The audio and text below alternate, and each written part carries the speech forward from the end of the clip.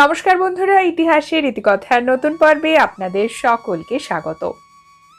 সনাতন হিন্দু ধর্মের ক্যালেন্ডার অনুসারে বছরের একটি বিশেষ দিন হল বৈশাখ মাসের শুক্লপক্ষের তৃতীয়া তিথি, অক্ষয় তৃতীয়া।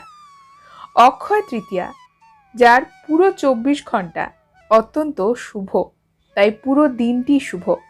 যে কোনো ভালো কাজ, ব্যবসায়িক কাজ, আধ্যাত্মিক কাজ, বস্তুগত কাজ, দান, গৃহস্থলীর কোনো অনুষ্ঠান যেমন গৃহপ্রবেশ, এছাড়াও নতুন জমি কেনা, ব্যবসার জন্য সূত্রপাত করতে পারেন, গাড়ি কিনতে পারেন, সোনার উপর মতো মূল্যবান ধাতুও কেনেন অনেকে।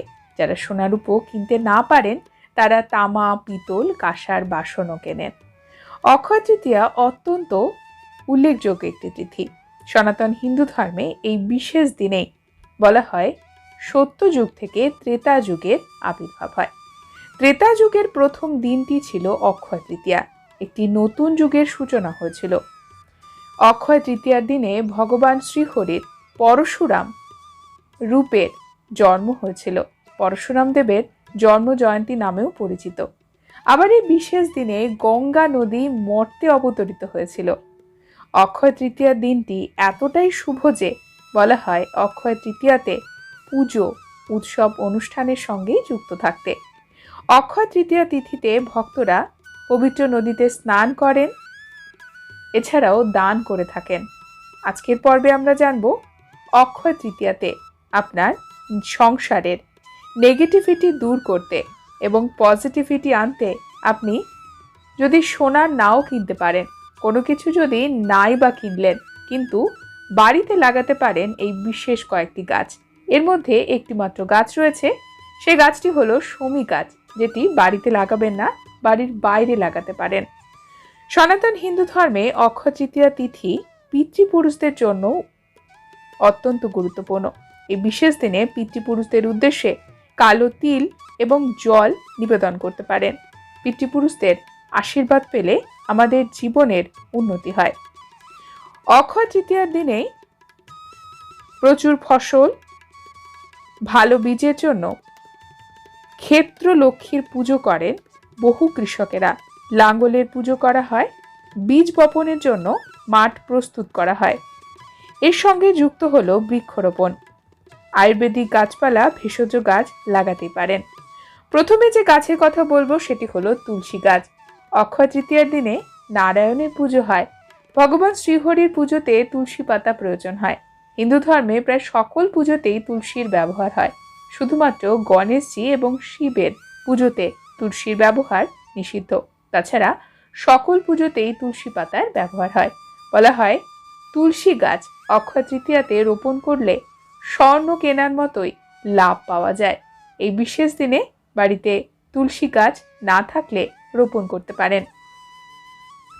অক্ষয় তৃতীয়ার দিনে তুলসী গাছ লাগালে সেটি কিন্তু মাটির পটেই লাগাবেন বা মাটির বেদি তৈরি করে লাগাবেন। কখনোই প্লাস্টিকের পটে তুলসী গাছ লাগাবেন না। দ্বিতীয় যে গাছ, সে গাছের কথা বললাম একটু আগেই, সেটি হলো শমী বৃক্ষ। শমী বৃক্ষ লাগাতে পারেন বাড়ির বাইরে। পিতৃপুরুষদের উদ্দেশ্যে এই গাছ লাগাতে পারেন যাদের জন্মছকে শনি 7.5, শনির দশা চলছে, দশা, অন্তদশা, মহাদশা, এবং সেটি অত্যন্ত খারাপ ফল দিচ্ছে আপনাকে। তাহলে এই গাছ লাগালে শনিদেবের খারাপ প্রভাব থেকেও বাঁচতে পারবেন। কাল সর্পদোষ খণ্ডনের জন্য শমী গাছ লাগাতে পারেন অক্ষয় তৃতীয়াতে। বন্ধুরা, পরবর্তী যে গাছ সেটি হলো কলা গাছ। কলা গাছ হিন্দু ধর্মে অত্যন্ত শুভ একটি গাছ। এই গাছ বিবাহ অনুষ্ঠান বা যে কোনো শুভ কাজে আমাদের হিন্দু ধর্মে ব্যবহার করা হয়। কলা গাছ বাড়িতেই লাগাতে পারেন। যদি জায়গা থাকে ছোট টবে লাগাতে পারেন, অল্প জায়গায়। এছাড়া বাড়ির বাইরে যদি জায়গা থাকে এই বিশেষ গাছটি অবশ্যই লাগান। চতুর্থ যে গাছের কথা বলবো সেটি হলো আম গাছ। আম গাছ আমাদের হিন্দু ধর্মে অত্যন্ত পবিত্র এবং আমরা যে লক্ষ্মী পুজো করি সেখানে কিন্তু আম্রপল্লব ব্যবহার হয়। এছাড়াও বাড়িতে উৎসব অনুষ্ঠানে, পুজো পার্বণে তোরণ তৈরি করা হয়, সেটিও আম গাছের পাতা দিয়ে করা হয়। অক্ষয় তৃতীয়ার দিনে আম গাছ রোপণ করতে পারেন আপনার বাড়িতে যদি জায়গা থাকে। খুবই শুভ বলে বিবেচিত। আম গাছ উর্বরতার প্রতীক, সৌভাগ্যের প্রতীক, সফলতার প্রতীক। আম গাছ বাড়িতে ছোট টবে লাগাতে পারেন। যদি জায়গা থাকে একটু বড় টবে লাগান। ছোট ছোট গাছ এখন অনেকেই বাড়িতে লাগান, যেটি ফলও দেয়, আবার জায়গাও খুব বেশি ধরে রাখে না। বন্ধুরা, আজকের পর্ব এই পর্যন্তই। পরবর্তী পর্বে নতুন একটি বিষয় নিয়ে আপনাদের সঙ্গে কথা হবে। ততক্ষণ সকলে সুস্থ থাকুন, ভালো থাকুন, আর পুরো ভিডিওটি দেখার জন্য আপনাদের অসংখ্য অসংখ্য ধন্যবাদ।